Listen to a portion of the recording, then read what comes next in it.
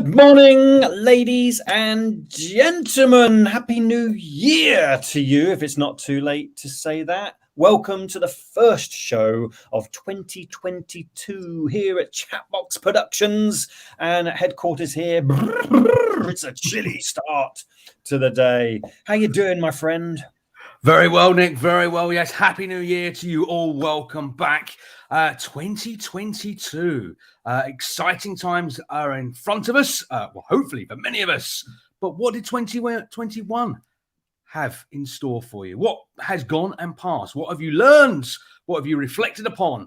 And what does that future hold? We're going to be talking more about that with our guest on the show this morning, coming up very soon, around 8:10. We'll bring our first guest on and we'll be finding out more about her business, how she's helping her clients, and maybe some of the challenges and successes that have been there and lay in front. But yeah, as you say, Nick, it's a chilly morning out there. The sun is rising, but it's going to be another great day. I feel it in my chilly bones this morning.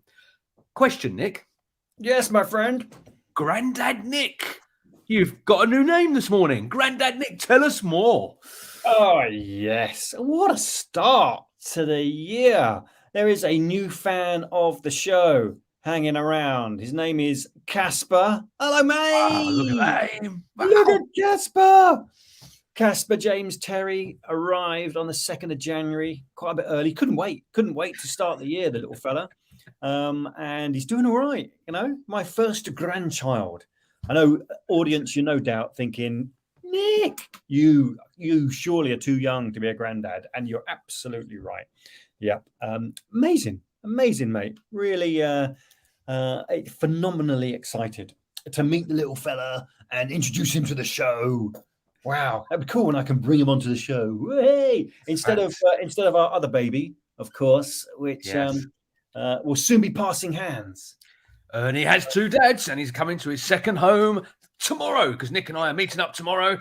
We've got it's a planning day for us where we're going to be talking all things Chatbox and preparing and planning future shows and events and planning our 2022. And Ernie will be coming home to his second dad. He spent the last, 3 and a bit months with you, Nick, being cared for, looked after, fed and watered on a daily basis. But now it's time for change of hands. So I look forward to taking pride and having Ernie with me. People are probably thinking we're crazy. Who's Ernie? Those that have never watched the show in the past. We won't go into too much detail, but last year, Ernie was an award that we picked up in October for the Nova Awards, where we were awarded the best virtual chat show and hosts as well. So we're super proud of that, and we're going to continue that through into 2022. And look forward to winning more awards. But thank you to your support and joining us on a weekly basis and joining the show. Do remember you can get in touch with us through all the normal routes, if you like, all the social media channels from Facebook, LinkedIn, Twitter, and of course, YouTube as well. Or you can email us at hello@chatboxproductions.com. And if you want to come on the show, visit the website. You can go and click the join the show button. Let us know a bit more about who you are, what you do, and why you want to be on the show, and how you can help our listeners and viewers as well, just like our guests that we will be introducing to you very soon. Come on the show.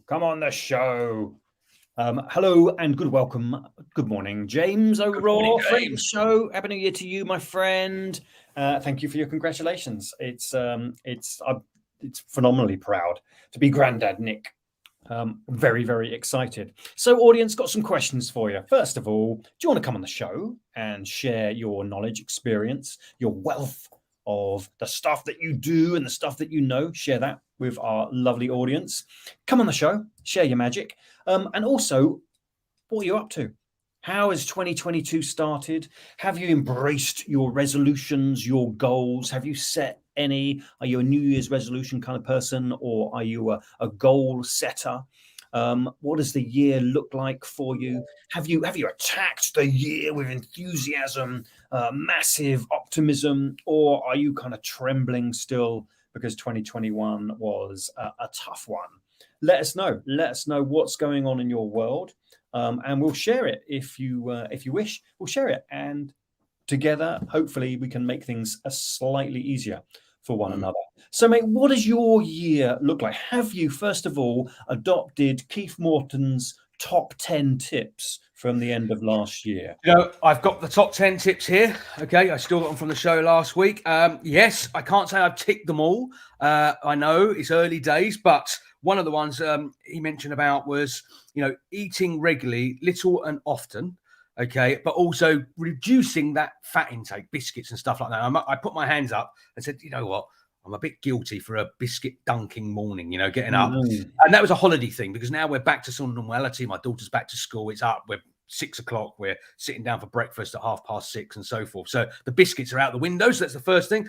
I'm drinking more. I have my bottle of water here. So I'm keeping my fluid levels up, because that was another top tip. Reducing sugar, I'm just getting over the last of the tree chocolates. But once they're gone, then the sugar content will reduce definitely. And sleep, never a problem for me. I always tend to get good sleep because I'm quite an early to bed person. Used to be a night owl in my early days, but now I don't think I might get past 10 o'clock very often these days. It's kind of tucked up in bed and that's it. But then I am up at kind of 5:45 in the morning. So yeah, I'm adopting some of the rules. I'm the same, mate. I'm the same. I used to be, certainly in my early business days, used to get loads of work done, burn the candle at both ends, but work late, and kind of catch up with things late into the night. And now I can't do it now. It must be since I've been a granddad, I got to slow down, a bit. Yeah. Early to bed. Hectic life is the way forward. Yeah, more sleep, very, very good. And thank you, Keith Morton, Personal Fitness Club, for those top 10 tips. If you missed the show, catch up, and Keith will be happy to send you his sheet of top 10 tips. Let's talk about this iconic now, but I'm sure many of you have had one of these. Some of you have probably got one of these hidden in the bottom drawer somewhere. Do any of you still use them? Because if you do, you're out of luck, because Blackberry has now announced the end of an era, the end of the Blackberry mobile device. Once upon a time, they were the business mobile device to have in your pockets. The first to really come out with a fully functional, secure platform, allowing you to communicate business emails, messaging systems, etc. And I think anybody that was kind of in business, running business, working within a large organization, corporation, had a Blackberry. It was kind of even the kids wanted a Blackberry, and they've gone. I don't know anyone that's got a Blackberry. If you've got one, let us know in the chat. And I'm saying, when you've got one, not in the drawer, are you still using one? Are you now having to go and transition to another device? Because I think most of us will have some sort of smartphone. I'm a big Apple fan. Everything I do is Apple based. I know some of you will be going, from the dark side, and you'll be Samsung or another provider. But it seems like when Apple kind of launched their mobile, it really kind of rocks Blackberry. Blackberry were up here. They were the top of their game, and they got knocked off their perch, and innovation fell to the side. Development kind of slowed down and disappeared. It happened to Nokia as well. Blackberry kind of took over Nokia. Apple have come in and taken over Blackberry alongside Samsung. What's next? So an end of an era for Blackberry, a sad moment in time. A bit of history has been created. But yeah, what does it mean for you? Are you having to go out and find a new device, or have you already transitioned into something new? Nobody, mate. Nobody. Guarantee it. And prove me wrong, audience. Nobody's still using a Blackberry. I guarantee, Nick, I bet you there is. I've bet you there isn't. Right? I've done this before. Okay, right. And I've gone out into this is when we're in the real world, live audience, 200 odd people in there doing a talk and a chat, and talk about mobile devices, obviously coming from the technology world. And I asked about Nokia. Do you remember the Nokia with a snake game? Does anyone have a Nokia? And believe it or not, every time I've asked that question, there's always someone that has a Nokia, and they pull it out. And they've got the old-fashioned, ruggedized Nokia. I always get some smart ass that goes, yeah, and I've got one of those new Nokia window devices, and I feel sorry for them. But, the whole point here is that development happens, change happens. We have to embrace it. But Keith Bucknell's put here, look, Happy New Year, good morning, nice to see you. Big 22 for all of us. Classic Blackberry, excellent keyboard, and way ahead of the time for encryption. It absolutely was, Keith. But not anymore, of course. Yeah, because nobody on the planet is still using one. Prove me wrong, planet. All right, I tell you what, mate. Tomorrow I'll buy coffees all day if someone, all right, truthfully puts a comment in saying, "Yep, still use and love my BlackBerry." Right? Nobody's using them because the time's moved on. Okay, the support's been removed, so if you've still got one, I don't know, it's on its last legs. But it also gave rise to the phrase that the Blackberry Prayer. Right? People would sit at the table doing this on their BlackBerry. Right, and the Blackberry Prayer became the kind of the norm for. Yeah, I'm ignoring you because I'm, whatever's going on my phone is more important. And then that's just, that's got out of hand with the rise of the smartphone. What's next? Nobody's using the BlackBerry. Yeah. Right? What's next? By the way, if you are using a BlackBerry, email us, put it on social media, phone into the show, whatever it is to get hold of me, because Nick's going to buy coffees all day tomorrow. If someone wants to come up, No problem. I look forward to that. What we can do is we can ask our guests when they join us what mobile device they use, just out of interest, just intrigued to learn. But what does the future hold? It's not something we're going to talk about now, maybe a future show. What does the future hold technology-wise? Coming from a technology background, someone that's worked in tech pretty much all my life since leaving school. One of the things I'd love to understand is, that magic crystal ball. What does the next mobile device look like? Is it one that's kind of built into our hand or something like that? Is it just a single earpiece? Is it down to just a wearable or watch? I'd love to know your thoughts and opinions, but we'll talk about that on a future show because we're running out of time and our first guest has been waiting patiently backstage. But before we welcome her onto the stage, quick ad break. Here we go.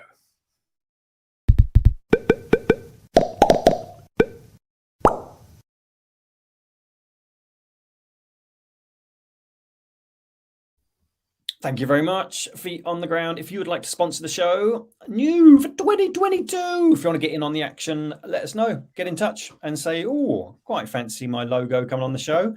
Come on the show. Tell us what you've got. Tell us all about yourself, and we'll put an ad on the show. Why not? Why not? More the merrier.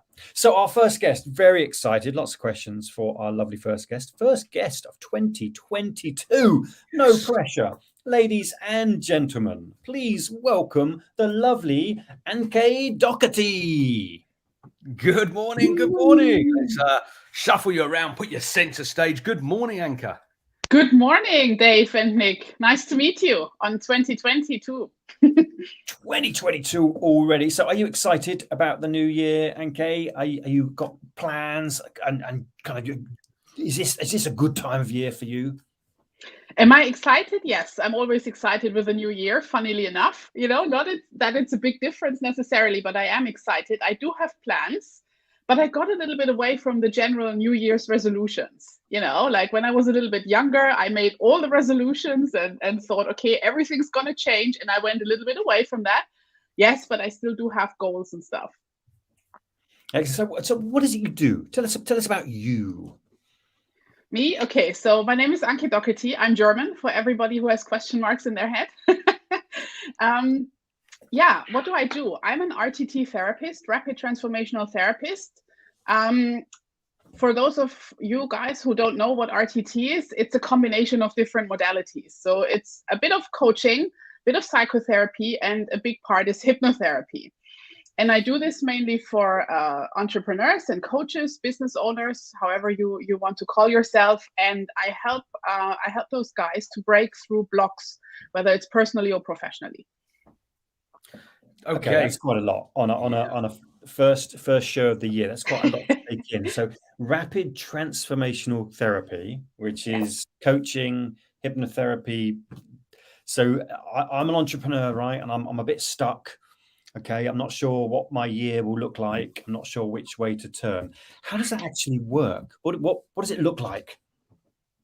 Well, first of all, we'd have a chat what you're stuck about. Okay, so it can be different things. I mean, typical things are things like confidence and money blocks, but it could also be things like addictions, like phobias, like drinking, things like that. And it's basically people who have been trying to solve those things for quite a while, but haven't succeeded. They always fall back into their old patterns or just don't manage to do it for some reason.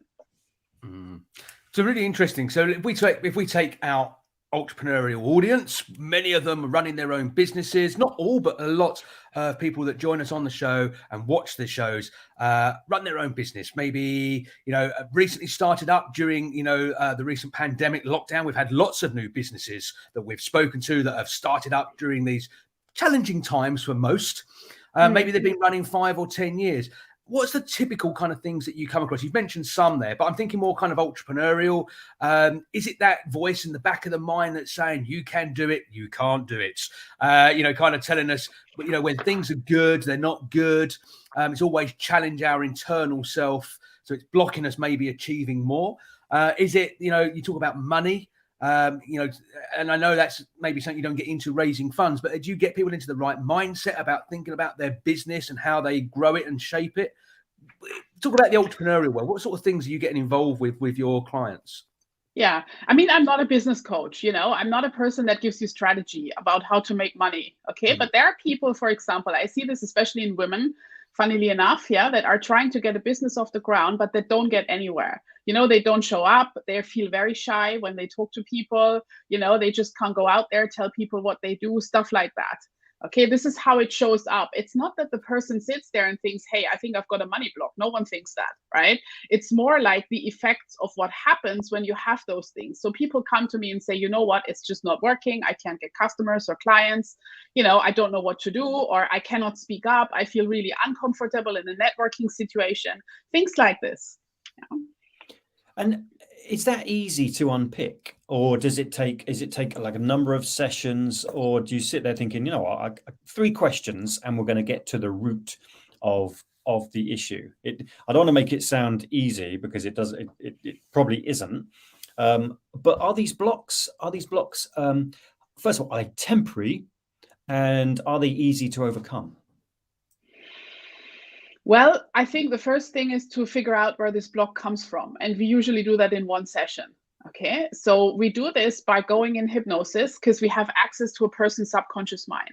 Because if you come to me and you have a block and you would know what it is, or if you could figure it out by talking about it, I'm sure you would have figured it out. But most people don't. Okay, so usually their block is in their subconscious mind.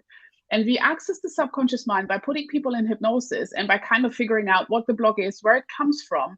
And usually we can work on it in just one session, depending on what it is. Yeah, if it's things like addictions or weight issues, sometimes it takes a bit longer. If it's confidence, generally a session or 2 is enough. Hypnosis, really interesting. Don't take this the wrong way, okay? Because I'm one of these individuals that I think I find it very hard to buy into it. And I know it does work for others. If it's something you don't, so someone like me has a kind of I don't think it works kind of attitude. Because quite a lot often people think about hypnosis, being turned, into a state where they get to run around a stage like a chicken or something like that. And I know that's not the case. You've seen Paul McKenna. Paul McKenna, exactly. Yeah. But I know this is about relaxing somebody more than anything else, isn't it? Which is something I personally find quite tough and quite hard. I go to bed well and stuff like that, but I find it quite hard to switch off and relax. But can you help people with that? Or if there's that block in their own mind that hypnosis won't work, will it not work? Or can you get them around that to make it work? A lot of people are like you. I was like you, exactly like you. Like when I heard first about it, I thought like, hell no, it's not happening. But it's nothing like it. I mean, what you described is exactly like you said, stage hypnosis. Yeah. For show purposes. This is why we do all these things, so that people are entertained and that they have a good time.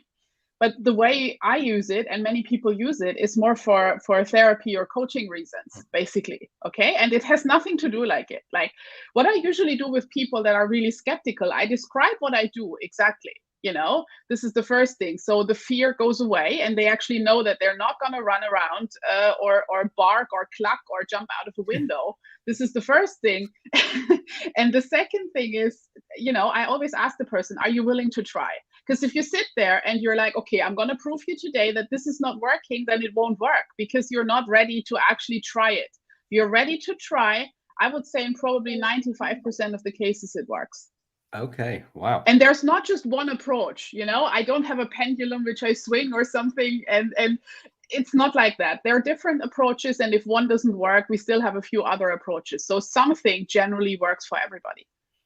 Brilliant. And this allows you to tap into the subconscious mind, right? So there's stuff going on in here that I'm probably aware of, but it's deep, it's hidden, it's I'm not aware of how it's affecting me.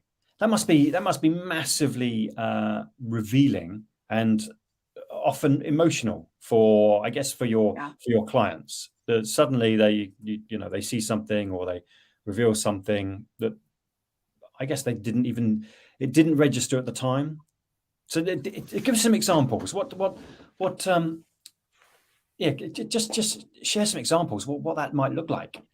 Yeah, I mean, there's two different types. There are people that had severe trauma for one reason or another, and then there are people that actually just took a situation, gave it a meaning, and carried it all their life. For example, this happens a lot with confidence.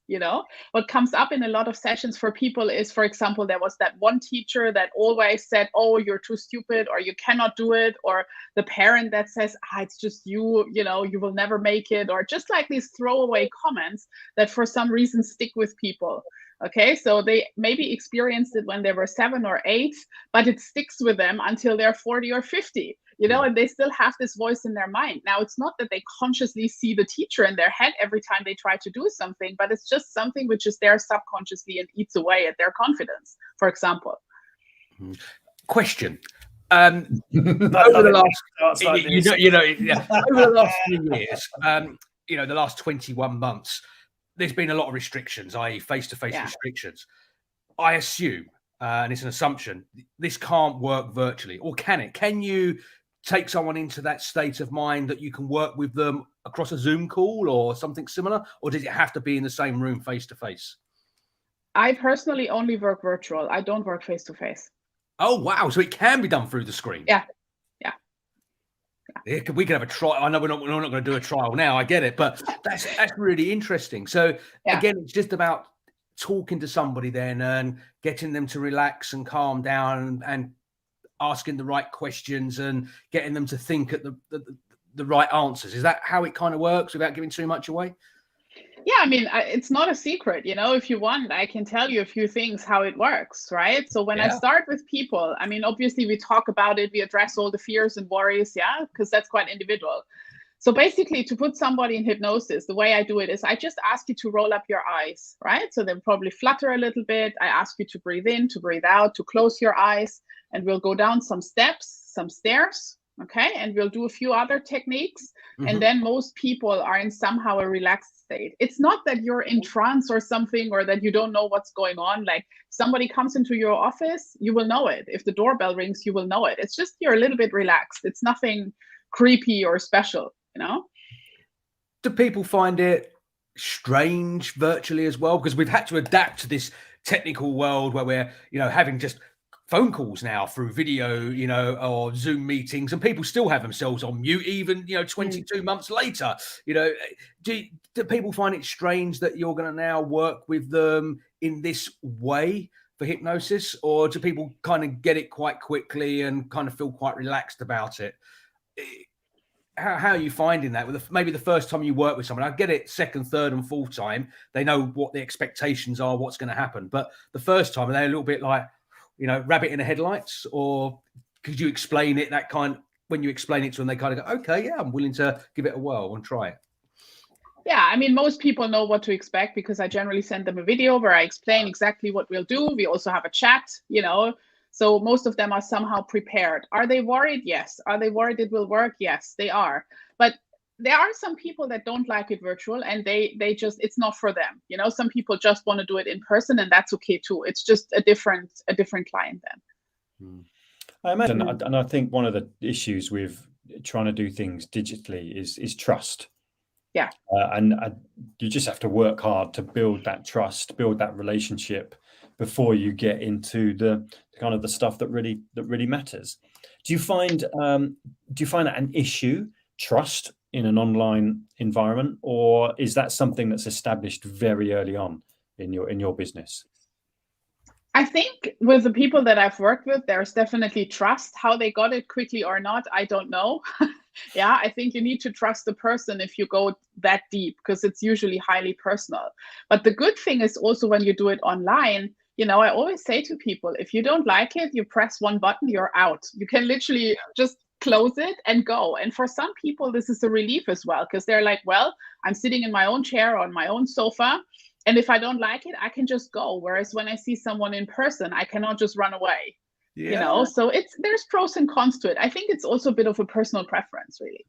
Yeah, that's a really good point. Yeah, you're right. Because if you're in the room, you've got to kind of make your excuses, or come up with a way to. I'm sure there's kind of like if it's stop, it stops, and that's it anyway. But of course, virtual, you can just go, oh yeah, bad internet connection. Sorry about that, and then make your excuses up that you don't want to do it again. Okay, yeah, because I can see how it can work. Definitely, really interesting.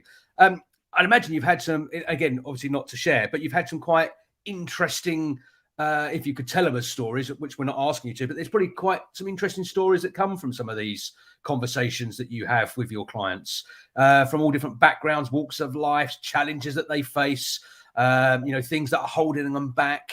It's probably quite an interesting job to be involved with emotionally, as well as, kind of helping somebody. Yeah, it is. You're right. And one of the stories which I always like to share is people that struggle with weight. Yeah, there are so many of us out there, and people are very quick to judge. It's like, well, if you can't lose weight, you're not eating the right thing. You're not doing the right thing. It's not that difficult.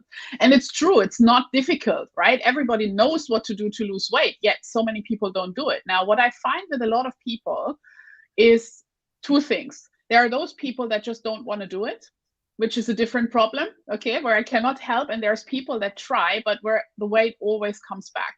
And what I find with a lot of those people is that they had in their earlier years some sort of abuse, whether it's emotional or physical. And for them, weight means protection.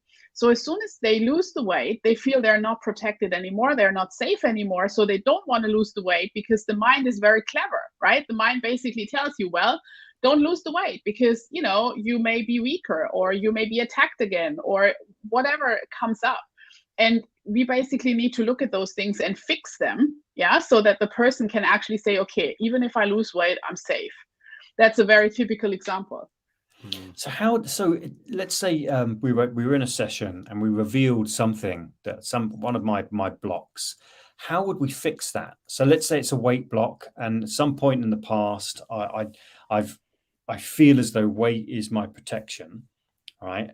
And we uncover where that comes from. How do we fix it? Well, we uncover where it comes from, and we deal with exactly that memory. Okay, so for example, I don't know, if you were attacked on the street, we deal with that scene in your mind. There's different techniques depending on what comes up. Yeah, for some people where it's very emotional, we kind of let the person or let this client shout at the person that attacked them, because when they were younger, they didn't have a voice. They couldn't talk. They just took it and it stayed. So you need to release it. Okay, so you can, for example, do that by letting the people talk to each other. You can do that by making sense out of it now. How likely is it that this will happen again? What would you do if it happened again? And kind of really dive into those details depending on what comes up. Does that make sense? No, it does. It does. Sounds very therapeutic as well. Not just from a business perspective. So, oh, great, I'm no longer holding myself back, and I can be more confident or whatever. It just sounds massively beneficial from a life point of view. Yeah. It is, yes, and you can use it in different ways. I mean, RTT, you can use it for a lot of things. Now, personally, I don't use it for super therapeutical things, like people that are not functioning anymore due to depression or something, because I'm not a medical person. I come more from a business background. I used to be an HR director, so I'm not a medical doctor or something. So certain things I will not touch. But if it's more general things or like weight or addiction, yes, then we can work. Brilliant. Yeah. If people want to find out more about you, maybe get in touch, find out how you could possibly help them, what's the best ways of people reaching out to you? I think it's my website, ankedocherty.com. Yeah, that one. Yeah, we go on the screen there. Yeah. Perfect. Yeah, I think through my website or also social media. I mean, I'm on LinkedIn, I'm on Facebook, Instagram, so people can just reach out. Yeah. Brilliant. And I'd like to ask all our guests, their top business tip. It doesn't have to be a 2022 top business tip. It can be something in your history of working within organizations, supporting customers and clients. What would be your top business tip you'd like to share with our listeners and viewers this morning? Yeah, I think one of the things which I find quite beneficial in so many contexts, whether it's business or career or whatever, is a lot of people overestimate what they can do in the short run and underestimate what they can do in the long run. So we always want quick wins, quick fixes, and if we cannot get it, we don't do it. But then we don't do it anymore. We will not have it at all. So this is one of the tips which I would give. Sorry. Yeah, no, absolutely. I'm jotting it down. So people overestimate what they can achieve in the short run, and underestimate what they can achieve in the long term. Yeah. I think it's one of the issues with New Year's resolutions, right? They're based on a year. Okay, and we can achieve a lot of stuff in a year, but people want quick fixes, so they it loses steam because it's tough, right? It's tough short term, but not so tough long term. Yeah. I mean, with the New Year's resolutions, I just want to say one thing, when people do all of these resolutions and then stop sometime in the third week of January, it's also because a lot of people think everything's different. It's a new year. I'm a different person. I have a different approach, but you're actually the same person. You have the same thoughts, the same feelings. It's literally just a change on your calendar. That's it. And this is what people forget. Yeah. Nick and I were talking about New Year's resolutions. Nick said, have you got any New Year's resolutions? I said, well, I don't set them because there's a lot of hype then created a New Year's resolution. I tend to set myself goals and targets throughout the year. And I said to Nick, well, I won't tell everybody that because I quite often work with my clients and say, well, what are you going to do? What is a New Year's resolution? But for me, those challenges that you set yourself, those goals that you want to achieve can be set at any time. They don't have to be set on the 1st of January.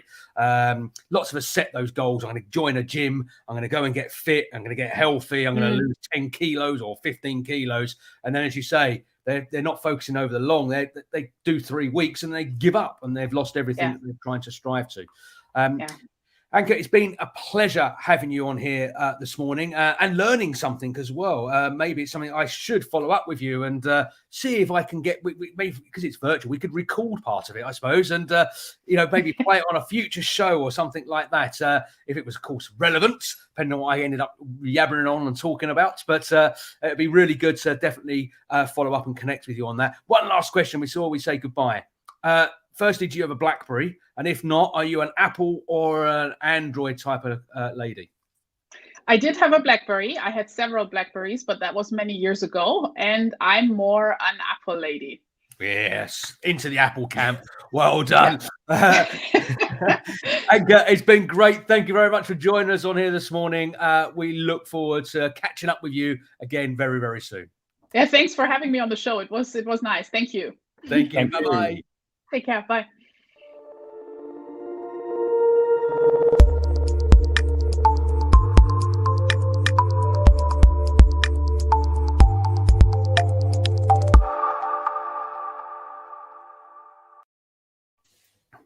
Oh, super exciting. See, every day's a school day.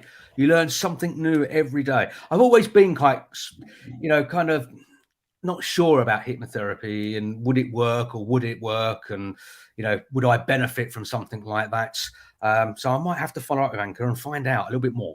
Should, mate, you should. And keep us posted with that, because I've similarly seen show hypnosis. I went to a Paul McKenna show and, at the start of the show, he tries some kind of suggestion stuff to see who in the audience is most, I guess, suggestible. And then works with those people, and as you say, they run around like chickens, and great entertainment for everybody. I'm not sure about the ones on stage, but a good night's entertainment. And you think, it looks dodgy, or I'm skeptical. But no, it sounds far more realistic. I think you should. I think you should investigate, and you should feedback what the experience is like, especially as as you say, you're a bit cynical about it. And that's a really, really good point Anke makes about you are still the same person, right? On the end of December and the 1st of January, you're still the same person. So be mindful about that when you're setting yourself, this same person, new goals. Right? What are you going to do about the person you are to achieve those goals? Interesting stuff. Superb. What a great start to the year. Yeah, absolutely. And of course, we found another Apple fan as well. So we're going to have to run a poll, I think. We do one of those LinkedIn polls. They seem to be the in thing at the moment, doesn't it? Everyone puts a question, on LinkedIn and get people voting.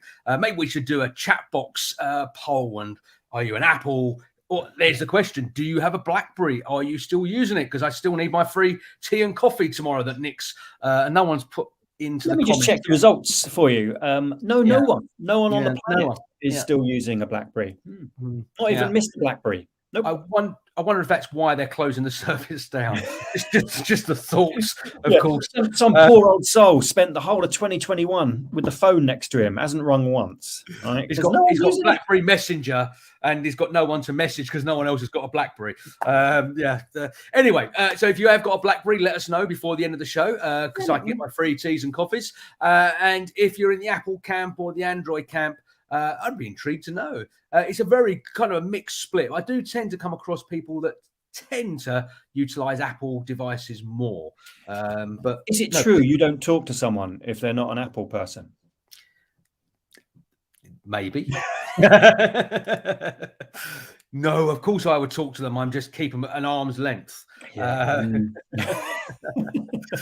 Right. On that note, let's welcome onto the show our next guest. Been waiting very patiently backstage.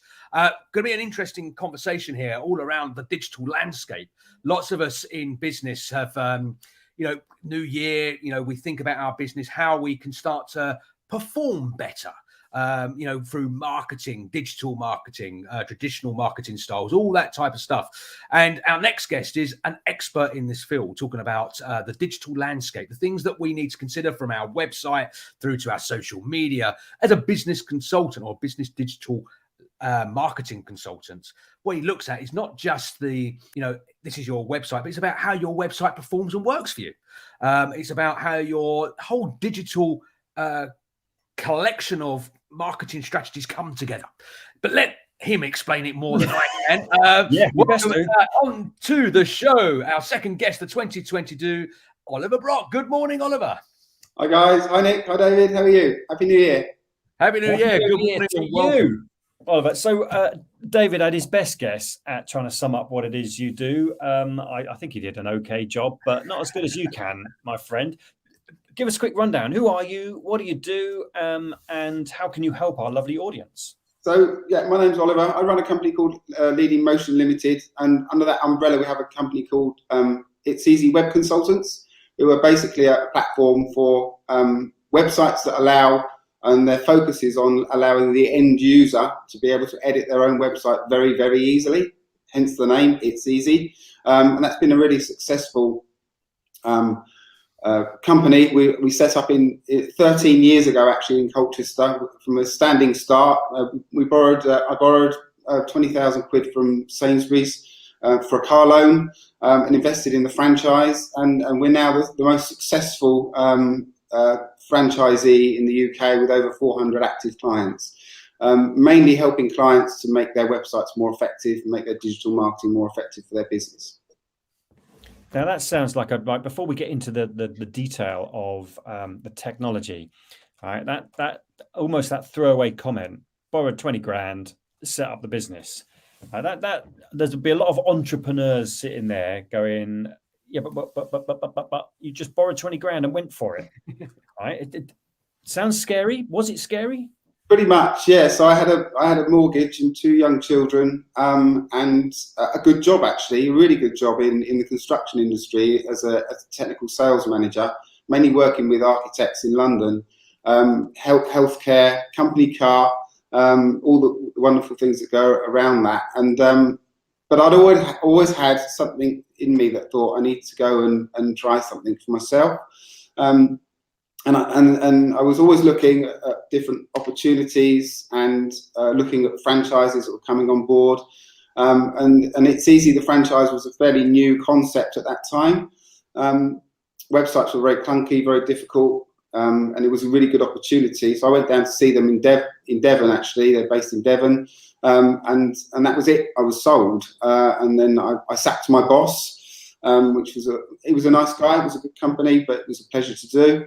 And then I gave myself 6 months, and if it didn't work, I would have gone back and apologised and probably carried on. But here we are, and the rest is history.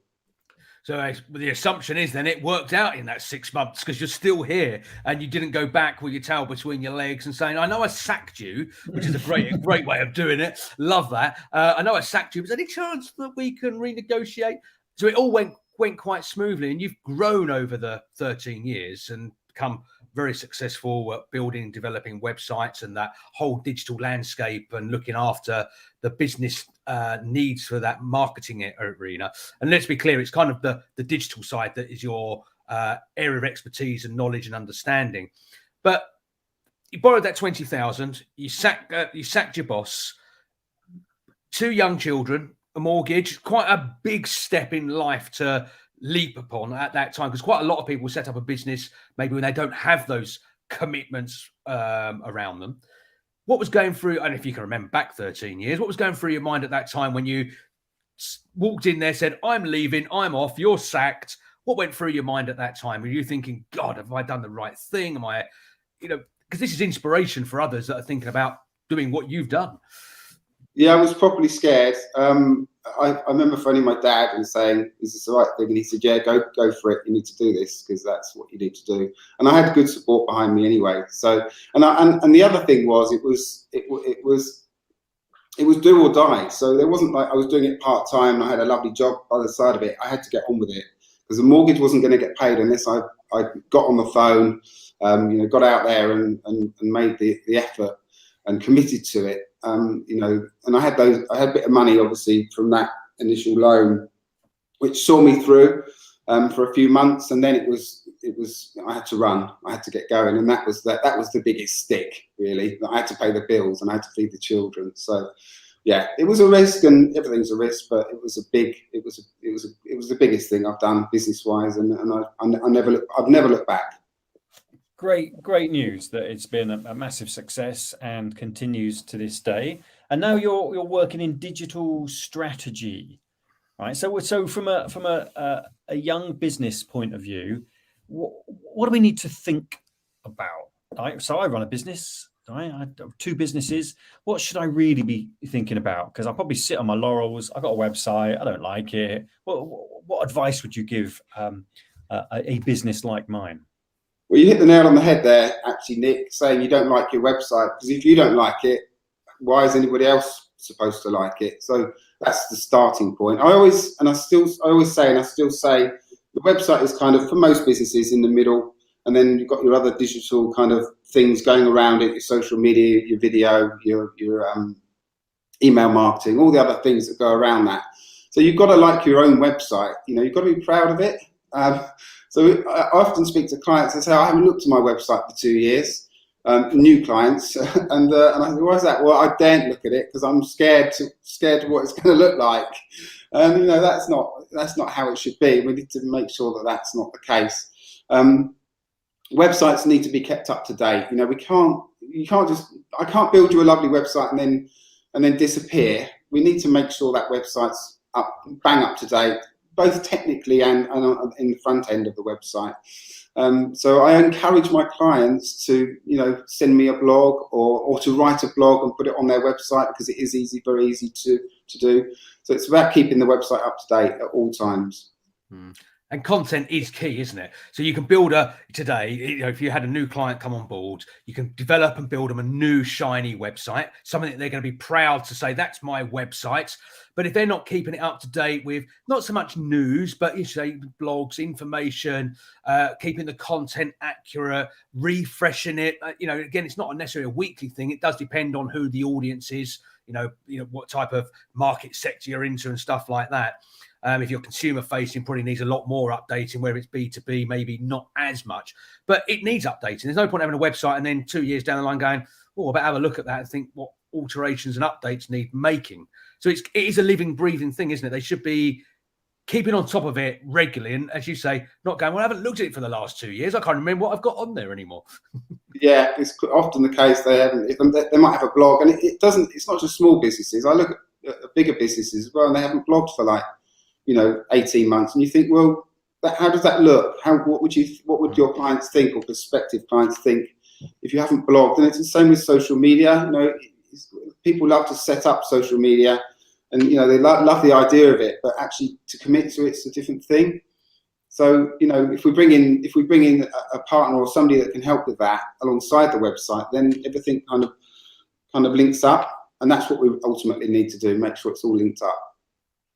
So you said the website kind of sits in the middle, and then you've got a digital strategy around. What typically would a business be getting wrong? So let's say they've got the website, right? It's shiny, it's new. Okay, they probably won't look at it for a while, but at least it's there.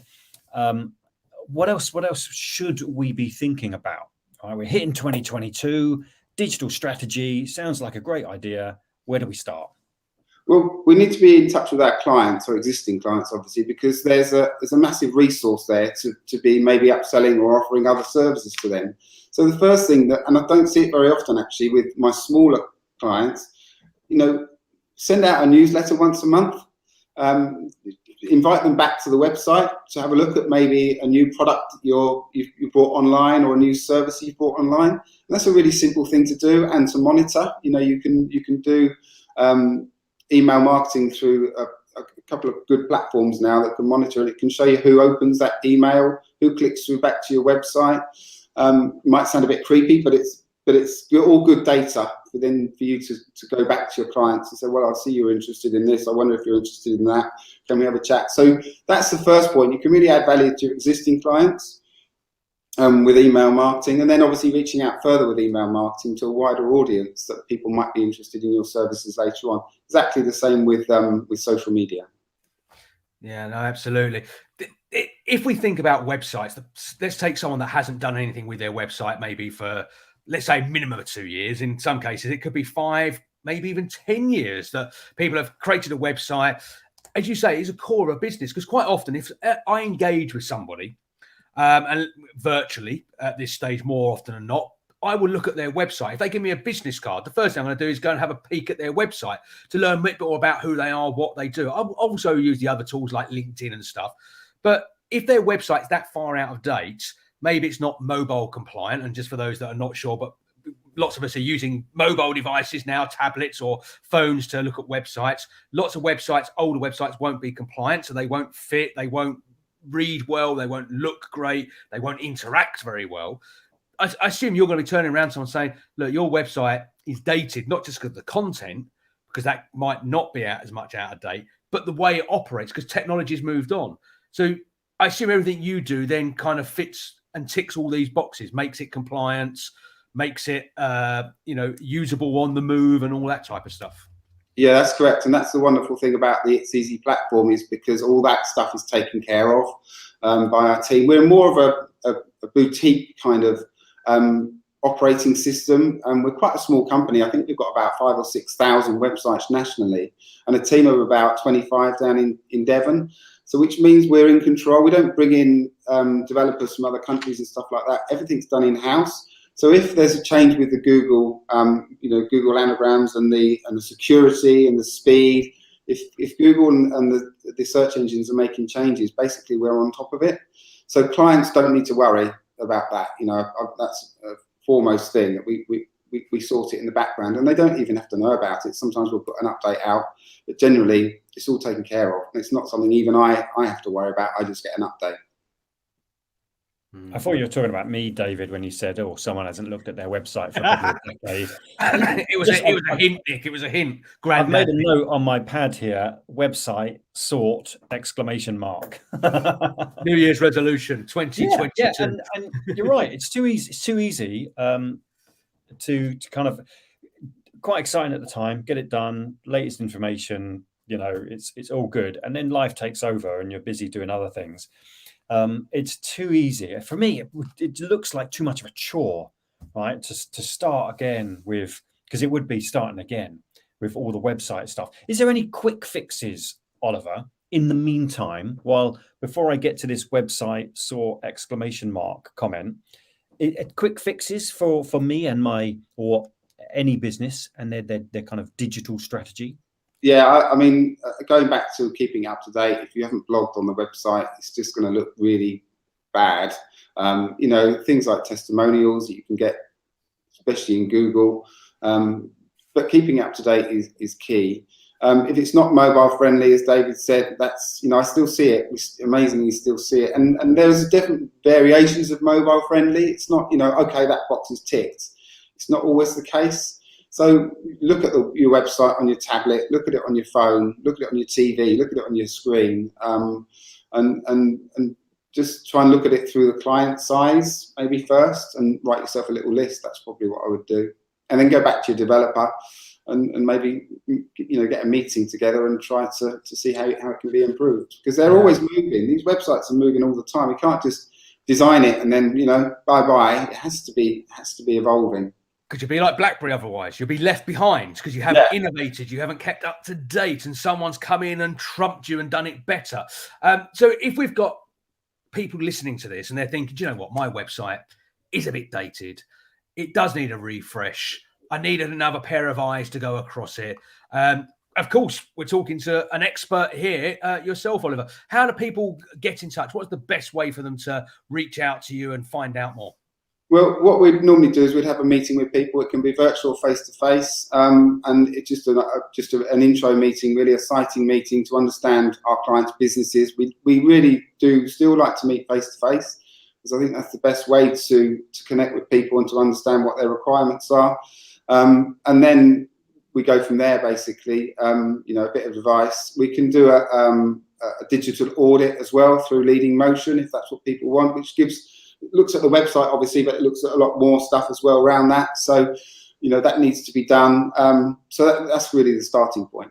Yeah. And I assume this website here, leadingmotion.co.uk, is the best place for someone to go to find out more and to be able to reach out to you. The contact details, I believe, are all on the website so people can get in touch. Of course. Yeah. Hopefully it's working. It is. I checked it this morning for you when I got the URL to put here onto the show this morning. Brilliant. I've got a couple of questions, then I'm going to hand over to Nick to kind of wrap up our interview with this morning. I always talk about video. Obviously, Nick and I are making lots of content, lots of video with the shows and stuff like that. And video now, if it's done correctly on a website, super useful, isn't it? Because it's very informative, or can be. It can be very educational, can be fun as well. Like, we try to make the show as fun as we can. What's your kind of suggestions around video content? You know, there's lots of people out there that don't like doing face-to-face, you know, recording to a camera and stuff like that. I get that. But should people be putting some video onto their websites, be it just small snippets or maybe longer productions? Yeah, correct. Video is really important now. It has been for a number of years, actually. It's kind of a marketing term, but we call it, you know, we want to make the website sticky. So when people land on it, they want to interact. You know, they don't want to read reams of text now, especially on a mobile phone. So we need to make sure that we get the message across as quickly as possible. And one way of doing that is allowing people to click a short video intro. It could be an animated video. It could be a video of yourself, obviously. But yeah, super important to involve video as part of your marketing mix now. The other thing is with video is if people click on your video on your website, Google will see that. And if you watch it for a specific amount of time, Google will then register that. So it helps with SEO. So the only thing you've got to watch out for, you can't make videos too long, because people just, you know, if they see a video and it's like 18 minutes, they're probably, unless they're really interested in that subject, they're going to get bored. So, you know, if it says 45 seconds, 60 seconds, people will much more like to stick with it, and then give them an intro, be quick with the message, get your message across, and then go from there. Try and drive them to the next stage of the website, obviously, or a service. Yeah, no, great tips there. Yeah, video content, we're all watching it. I quite often ask my audience, how many of you have read a blog in the last week? And I'll get a few hands go up. Let's say there's 100 in the room. I might get less than 10% saying they've read something on a website. And then I say, how many of you have watched a video, bar Netflix or a TV channel? How many of you watched a video in the last today? You know, I get quite brave, and then pretty much the whole audience put their hand up. You know, they've watched some type of video content on a platform, be it YouTube or Facebook or something like that. And it just demonstrates that we are all watching video and engaging with video so much more. What do you think's next? You know, what the world of websites, the digital marketing landscape, best guess. Where do you think we are heading for in the future? Are we going to go down this whole kind of virtual reality and augmented reality platforms? Do you think that's going to be the big thing now? Yeah, it's on its way, isn't it? You know, driverless cars, that's all on its way. So it's, you know, 5G is coming in now as well. So things are getting even quicker. So yeah, you know, we just need to, companies need to, you know, my kind of feedback today is that, and for the new year to my clients, is companies need to just take a step back and look at their digital landscape from a client's perspective. And then reassess, because it's not going away, and websites and digital has become even more important over the pandemic, because we're all online more. So, you know, it's moving very, very quickly. Over the next 10 years, we're going to see a huge change. And that worries me, right? as a zombie slayer, that worries me. And it's striking, Oliver, that you say, you know, if you've got videos on your website and they're too long, for example, 18 minutes, which, if memory serves, that's how long a TED Talk is supposed to be, right? No more than 18 minutes. Because at that point, when TED started, that was the length of people's kind of focus and concentration, up to about 18 minutes. And I truly believe that's shrinking all the time. So to hear it should be about 45 minutes, 60 seconds, you know, God knows who sticks to the end of these breakfast shows, David. We perhaps need to do a much shorter, you know, bite-sized version. Well, but yeah, it's the same that our concentration levels have shrunk. So if you're interested in a subject, so I watch a video that might be an hour on YouTube. If it's a subject that I'm really interested in, if I'm landing on a website and I'm just looking to do some research and an overview of the company, then we don't need to give them 18 minutes. We just need to give them a very quick snapshot of that particular reason. Companies may produce longer videos for other stuff, technical stuff and stuff like that down the line, but initially we need to be quite punchy with the video.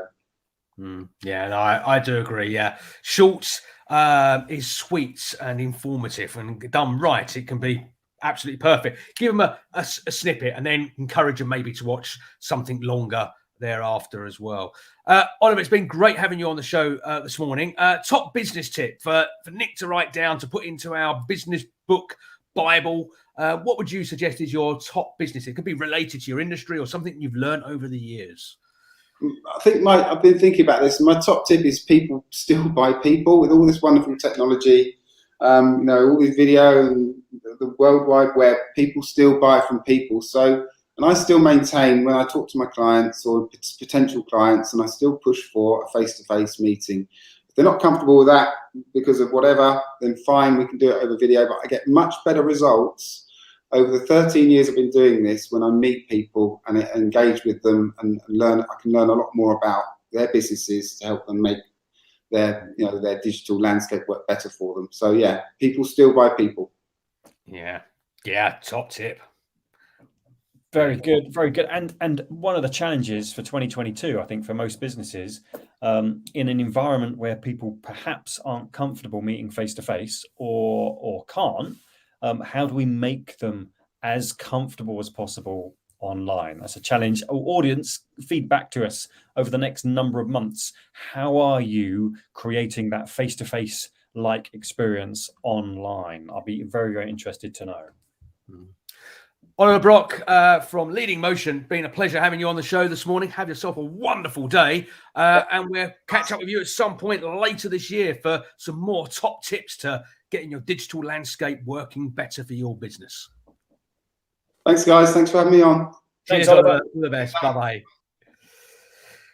Woo, what a show, Nick. What a show. Great top tips there. It's given me, you know, I know you've probably written down about 10 pages. You are a very, you know, pen and paper type guy. I've made a number of notes here, which I'm going to have a bit of a look into and think about. What's your top takeaway from that, Nick? Apart from do your website, of course. Well, yeah, website /sort ! shamed by our lovely guests to sort that out. I think it just makes perfect sense. Okay, to bloody well do it. Because an old, out-of-date website doesn't bode well, does it? Come and see me on the show. Right? Don't worry about my website. Come and see me on this show. Get in touch, get involved, join the conversation here. But yeah, I'll have to sort that, mate. Yeah, because an old website ends up like this. That's the key. You'll end up in the bin.